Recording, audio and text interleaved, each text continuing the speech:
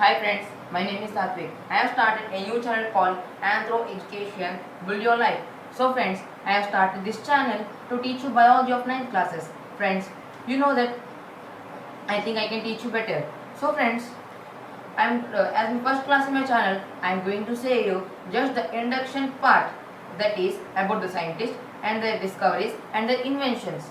So first of all, we have to learn about the who discovered scientist who discovered the cell. The cell was discovered by the scientist Robert Hooke. About in 1665, Robert Hooke took a thin slice of oak tree, that is the cork cells. He observed the cork cells under his own homemade microscope. Other scientists who also observed the living bodies in the world for the first time, that is made also observed in his own homemade microscope, which can magnify the glass up to 300 times. I will teach about the scientist in previous next classes. So friends, Robert Hooke discovered the cell by taking the thin slice of oak tree, thin box of oak tree. So friends, in this oak tree, he observed that the structure of the cork cells is like a honeycomb. Friends, in this oak tree, they observed there are some cavities in between the cells. The cavities are nothing but some gaps in between the cells. He named these cavities as cells because the Latin name for cavity is called cell. The Latin name for cavity is cell. In this way, he named the cavities as cells and discovered the cell.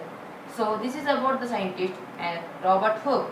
So the second scientist I am going to say you is in which you have studied about these two scientists in the 8th classes, about Robert Hooke and Anthony van Leeuwenhoek.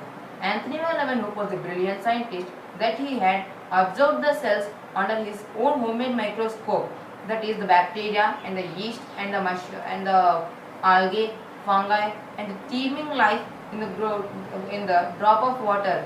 In a drop of water, how many microorganisms are there? What are there? You know, in a drop of water, there are several types of microorganisms living, like amoeba, chlamydomonas, paramecium, protozoa, several types, algae, fungi. So this all he observed by his own microscope. Likewise, so we can understand how much powerful his microscope was.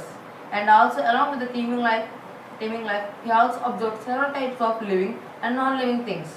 So friends, Anthony van Leeuwenhoek was the first scientist to see the things with the living and non-living things in his microscope. The name of his microscope was single length powerful microscope. About in 1674, he observed the living and non-living things. Anthony van Leeuwenhoek was born on 1674 and was died on and was passed away on and was born on 1632 and was passed away on 1723. Was born on 1632 and was passed away on 1723. And this is about the Anthony van Leeuwenhoek. Anthony van Leeuwenhoek was a scientist. This is about Anthony van Leeuwenhoek, the second scientist. So the third scientist I am going to say is the Robert Brown. This scientist was such a scientist that he had named the cell, discovered the cell, observed the cell, but he don't know the functions of the cell. After he discovered the cell, after some 20-30 years, some years after, the scientist has named the cell. The scientist had observed the functions of the cell. You know, what about the nucleus? Robert Brown observed the nucleus. You have also studied about this scientist in your 8th classes. So friends, Robert Brown, about in 1831, he observed the nucleus. The nucleus was the important organelle in the cell organelles. This is one of the most important particles in the cell, which helps in the cell several types. Without nucleus, there is no cell functions. So friends, this is about the nucleus and Robert Brown. So next, we are going to learn about the scientist Camillo Golgi. Camillo Golgi was such a scientist that by his name, the organelle Golgi apparatus got named. Camillo Golgi. By his name Golgi, the organelle Golgi apparatus got the name Golgi.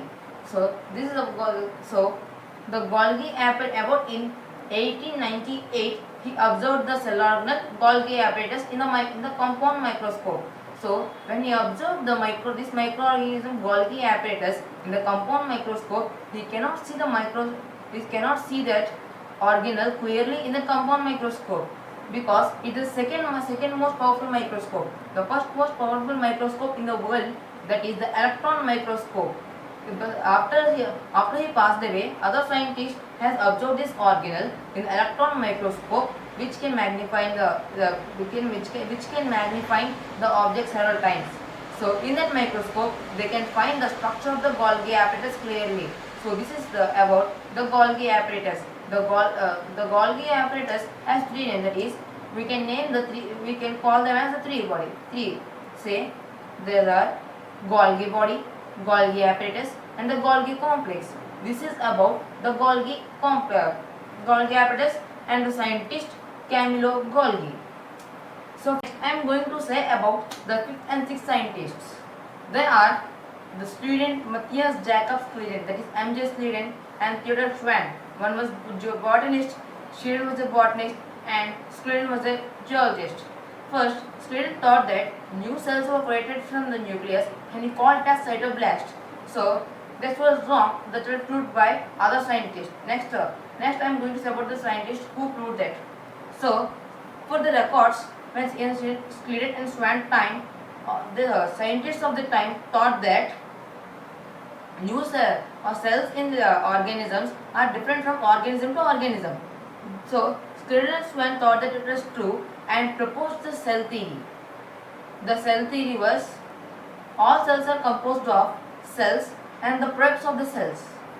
So that but they proposed the cell theory, but they not proved that where the cells will come from, where the new cells exist and where the new cells come from. So this was proved, and the cell theory was modified by the other scientists. The seventh scientist was the Rudolf Karl Virchow. In 1855, Rudolf Karl Virchow has said that new cells are arised from pre-existing cells. This point was mentioned on the cell theory, which was made by Schleiden and Schwann. New cells were created from pre-existing cells. So this was the cell theory. Robert Hooke, who discovered the nucleus, and the cell theory, they both have gap of 200 years. After 200 years, the cell theory was made. So friends, this is about the scientists of your 8th and 9th classes who discovered the cell. So once again recall who scientist I said this. First scientist is the Robert Hooke. The second scientist is the Anthony van Leeuwenhoek. The third scientist is the Robert Brown, and the fourth scientist is Camillo Golgi, and the fifth scientist and sixth scientist who discovered the cell theory is Schleiden and Schwann, and the seventh scientist is Rudolf Virchow. These are about the scientists who discovered the cells and made the cells. Thank you.